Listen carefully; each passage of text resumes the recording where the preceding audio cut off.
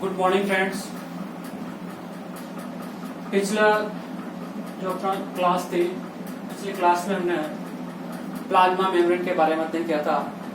Plasma membrane की संरचना कैसे होती है, उसका केमिकल कंपोजिशन कैसे होता है और उसकी जो संरचना को समझाने के लिए विभिन्न प्रकार के जो मॉडल्स का प्रतिपादन किया था, जैसे बाइलेयर मॉडल है, ट्राइलेयर मॉडल है, फ्लूइड मोज़ेक मॉडल है, उनके माध्यम से हमने प्लाज्मा मेम्ब्रेन की संरचना को समझा था।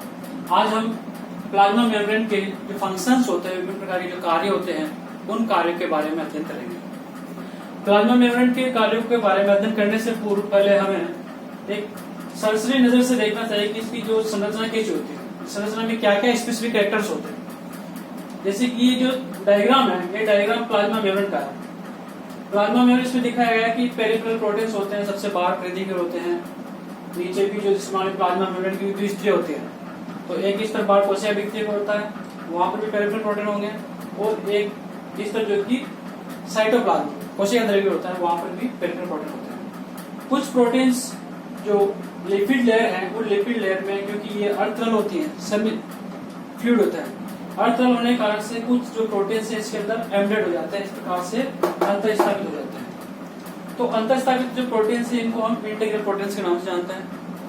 जो प्लाज्मा मेम्ब्रेन है, प्लाज्मा मेम्ब्रेन की जो बाहरी सतह है, पेरिफेरल प्रोटीन जहाँ पर है, वहां पर कुछ शर्करा किरणों जुड़ जाते हैं, ग्लाइकोप्रोटीन का निर्माण करते हैं। इसी प्रकार लिपिड्स के जो हेड भाग हैं उससे जुड़ते हैं, तो ग्लाइकोलिपिड्स का निर्माण करते हैं। जो लिपिड्स जो होते हैं, लिपिड्स में हेड और टेल दो पोलरता यहाँ पर पाई, ध्रुवता यहाँ पाई जाती है, ध्रुवता यहाँ पाई जाती है।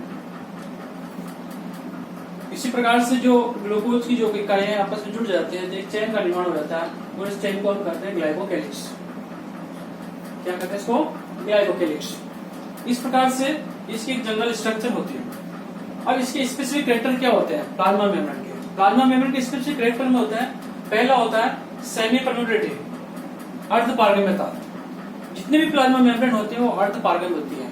मतलब अर्धपारगम्य झिल्लियां वो झिल्लियां होती हैं जिनके माध्यम से जो विलायक है, जो विलय पदार्थ है, विलय पदार्थ में से विलायक के कण तो ट्रांसपोर्ट हो जाए, लेकिन जो विलय के कण है, विलयन में से जो विलय के कण है वो ट्रांसपोर्ट नहीं हो पाते हैं। तो ऐसी चीजें होती है सेमी परमेबल होती है। सिलेक्टिव परमेबिलिटी, सिलेक्टिव परमेबिलिटी जैसे मान लीजिए अच्छा सा एग्जाम्पल देखते हो, जो रूट्स होते, जड़ें होते, जड़ें भूमि के अंदर पाई जाती है, भूमि के अंदर पाई जाती है, वहां पर विभिन्न प्रकार के जो मिनरल्स होते हैं, मिनरल के साथ साथ टॉक्सिन्स भी होते हैं। तो जड़ों के माध्यम से जो मिनरल्स है, मिनरल्स का तो अवशोषण कर लिया जाता है, लेकिन जो विभिन्न प्रकार टॉक्सिन्स होते हैं, उन टॉक्सिन्स को प्लाज्मा मेम्ब्रेन के द्वारा बाहर रोक दिया जाता है। एक प्रकार से यहाँ पर जो प्लाज्मा मेम्ब्रेन है, प्लाज्मा मेम्ब्रेन सेल रिकॉग्निशन के रूप में कार्य करती है, अभिज्ञान के रूप में कार्य करती है। दूसरा लिविंग फॉर्म, जितने भी प्लाज्मा मेम्ब्रेन होते हैं वो प्लाज्मा मेम्ब्रेन लिविंग फॉर्म होता है, जीवित अवस्था पाई जाती है। ग्लाइकोकेलिक्स, जैसे कि मैंने आपको बताया कि जो ग्लूकोज है, ग्लूकोज या जो शर्करा किरणों आपस में जुड़ जाते हैं और एक चेन का निर्माण कर देते हैं, जिसको हम ग्लाइकोकेलिक्स कहते हैं। और एक ग्लाइकोकेलिक्स ही सेल रिकॉग्निशन का कार्य करते हैं। प्लाज्मा जो मेम्ब्रेन है उसके द्वारा जो अभिज्ञान की क्रिया होती है, अभिज्ञान की क्रिया के लिए ग्लाइकोकेलिक्स से रेस्पॉन्सिबल होता है। एक ग्लाइकोप्रोटीन्स, जितने भी प्लाज्मा मेम्ब्रेन होते हैं वो किसके होते हैं? ग्लाइकोप्रोटीन्स के होते हैं, लिपिड्स और प्रोटीन्स मिलकर बनी होती है। कैरियर प्रेजेंट्स, वाहक।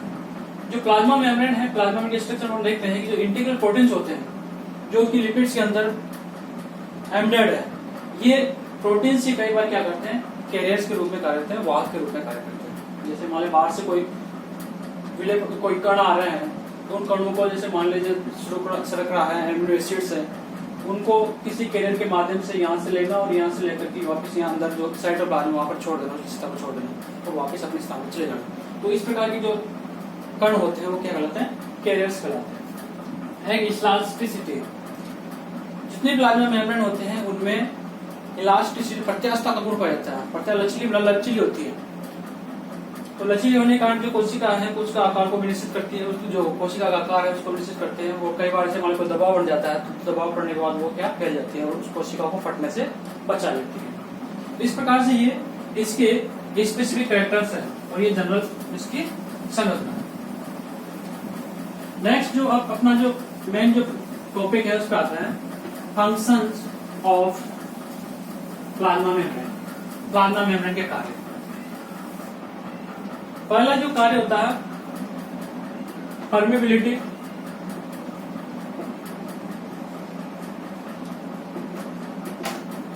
and membrane transport.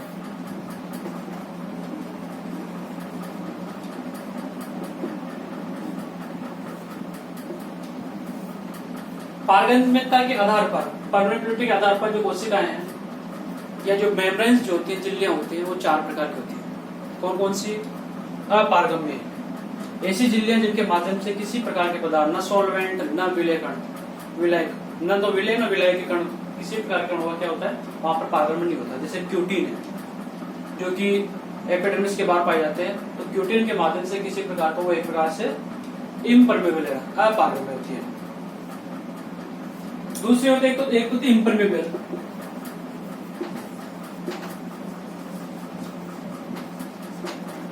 दूसरे होते हैं परमेबल, जिसके माध्यम से विभिन्न प्रकार के पदार्थ, विलय और विलायक के कणों का पारगमन हो जाता है बिना किसी रोक टोक के, तो वो बोल जाते हैं पारगम्य झिल्लियां। एक होते हैं सेमी परमेबल। सेमी परमेबल वो झिल्लियां होते हैं जिनमें से जो विलयन होता है, विलयन में से विलय के कण का तो ट्रांसपोर्ट हो जाता है, लेकिन विलय के कणों का ट्रांसपोर्ट नहीं होता। एक प्रकार से ये अर्ध पारगम्य झिल्लियां होती हैं, और प्लाज्मा मेम्ब्रेन भी एक अर्ध पारगम्य झिल्ली ही होती है। दूसरा सिलेक्टिव परमेबिलिटी।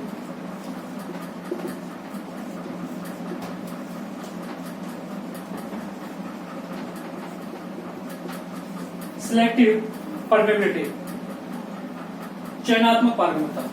जैसे मैंने आपको एक एग्जाम्पल के माध्यम दिखाया था कि जो रूट्स हैं, रूट्स जो जल में घुलित जो मिनरल्स हैं, मिनरल्स का तो वहां परिवहन हो जाता है प्लाज्मा मेम्ब्रेन के माध्यम से, या जो जड़ों की जो प्लाज्मा मेम्ब्रेन उसके माध्यम से, लेकिन जो विभिन्न प्रकार के साइनाइड्स जो टॉक्सिन्स होते हैं उनका कला परिवहन नहीं हो पाता। तो इस प्रकार की जो झिल्लियां होती है वो सिलेक्टिव परमेबिलिटी कहलाती है, और जो प्लाज्मा मेम्ब्रेन होते हैं, प्लाज्मा मेम्ब्रेन एक सिलेक्टिव परमेबिलिटी शो करने वाली झिल्ली का एग्जाम्पल। तो ये तो हो गया आपका परमेबिलिटी के आधार पर झिल्लियां।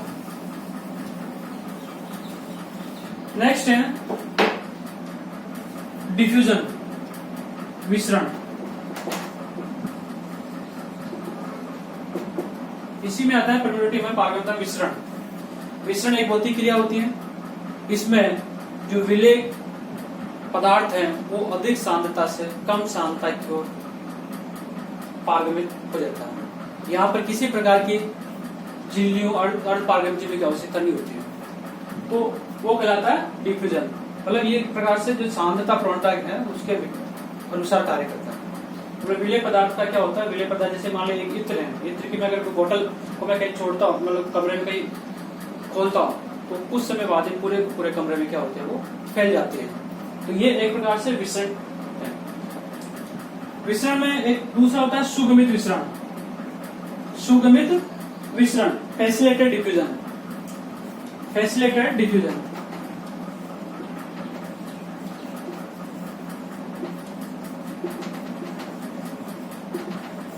जो फ्यूजन डिफ्यूजन है, विसरण है, विसरण 2 प्रकार से होता है। एक तो सिंपल, जैसा मैंने आपको बताया कि इत्र है, इत्र के बोतल को उसके छोटी बोतल को खोलेंगे तो पूरे कमरे में उसकी सुगंध फैल जाती है, तो एक प्रकार से सिंपल डिफ्यूजन। एक फैसिलिटेटेड डिफ्यूजन, इसमें क्या होता है, इसमें कुछ अंतर होता है इसकी तुलना में। इसमें तो क्या होता है, विसरण क्रिया रेगुलर निरंतर रूप से चालू रहती है, लेकिन इसमें क्या होगा, एक तो त्रिविमीय विशिष्टता शो करता है, मतलब वामवर्ती जो दक्षिणावर्ती जो 2 प्रकार के उनके जो पदार्थ होते हैं उनमें से किसी एक प्रकार का पदार्थ का वो क्या करते हैं, विसरण होने लगती है। दूसरा, यहाँ पर विसरण की जो फैसिलिटेटेड डिफ्यूजन है, यहाँ पर विसरण के बाद में कुछ समय बाद में एक प्रकार से एक स्थिरता आ जाती है। जब बराबर उसकी जो कंसंट्रेशन हो जाती है, सांद्रता स्थिर हो जाती है, तो वहां पर उनमें विसरण में क्या होता है, एक स्थिरता आ जाती है।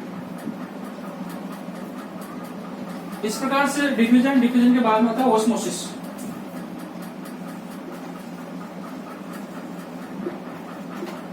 ऑस्मोसिस, परासरण। प्राशन क्रिया वो क्रिया है जिसमें जो विलायक हैं, सॉल्वेंट्स हैं, वो अपनी अधिक सांद्रता से कम सांद्रता की ओर अर्धपारगम्य झिल्ली के माध्यम से ट्रांसपोर्ट हो जाता है, परिवहन हो जाता है।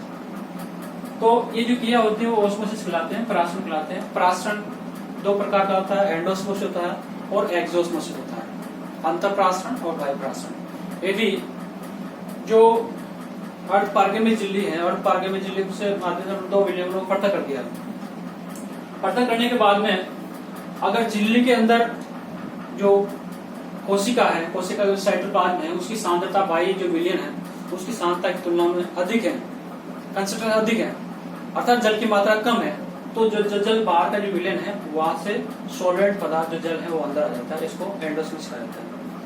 जैसे कि अंगूर है, अंगूरों का जो फूलने की क्रिया होती है वो एंडोस्मोसिस होती है। इसी प्रकार से जब बाहर की सांद्रता कम होती है और जो आपका जो साइटोप्लाज्म की सांद्रता अगर अधिक होती है, अधिक मतलब वहां पर पानी की मात्रा क्या होती है, सॉरी बाहर का विलयन है, बाहर का विलयन की सांद्रता अगर अधिक है और अंदर के विलयन की सांद्रता कम है, तो उस कंडीशन में क्या होता है, जल का बाहर की ओर क्या होता है, प्राशन होता है। उसको एक्सोओस्मोसिस के नाम से जाना जाता है। और एक्सोओस्मोसिस जैसे मान लीजिए अंगूर है, जो फूले हुए किशमिश है, फूले हुए किशमिश को अगर एक जो गर्म जो चाशनी है, चाशनी के अंदर अगर उसको डाल देंगे तो वो फूले हुए किशमिश से वापस क्या होता है, सिकुड़ जाते हैं। वो एक प्रकार से वहां पर एक्सोओस्मोसिस हो जाता है। एक वर्ड होता है इसमें एंडोस्मोसिस हो गया, एक्सोस्मोसिस और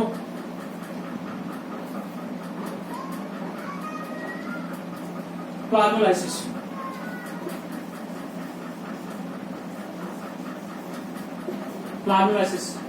प्लाज्मोलाइसिस से एक बार जीवद्रव्य कुंचन जो क्रिया है, कई बार क्या होता है, जो कोशिका है, कोशिकाओं में से अधिक मात्रा में अगर एग्जॉस्ट हो जाता है तो कोशिका क्या होता है, फ्लैसिड हो जाती है, स्लत हो जाती है। और स्लत अगर ये स्लत अगर लंबे समय तक बरकरार रहती है तो बाद में वो कोशिका की मृत्यु भी हो सकती है।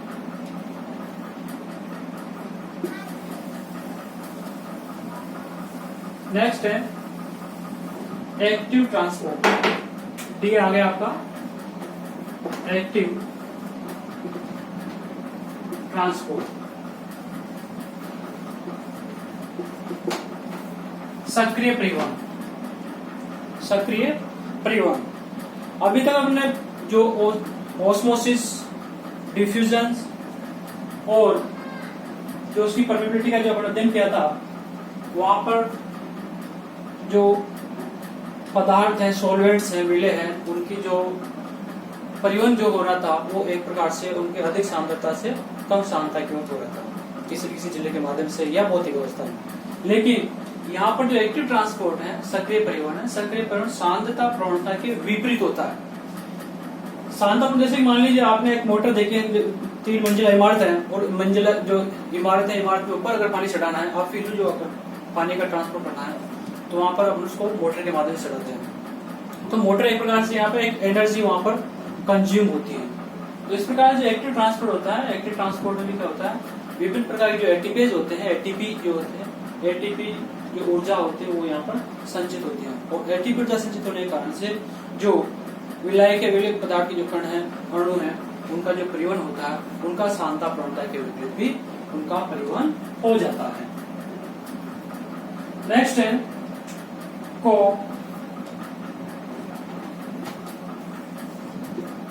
ट्रांसपोर्ट या सिम्पोर्ट, सहपरिवहन। सहपरिवहन जैसे मान ली कोई एक जो विलय कण है उसका परिवहन हो रहा है, उसके साथ साथ किसी दूसरे कण का भी अगर साथ साथ परिवहन हो जाता है तो वो सहपरिवहन कहलाता है। सहपरिवहन जैसे मान लीजिए एमिनो एसिड्स के जो एक plasma membrane, plasma membrane amino acids का हो रहा है, एमिनो एसिड के साथ साथ शर्करा के अणुओं की अगर परिवहन साथ साथ हो रहा है तो एक प्रकार से को ट्रांसपोर्ट का, सिम्पोर्ट का एक एग्जाम्पल होगा।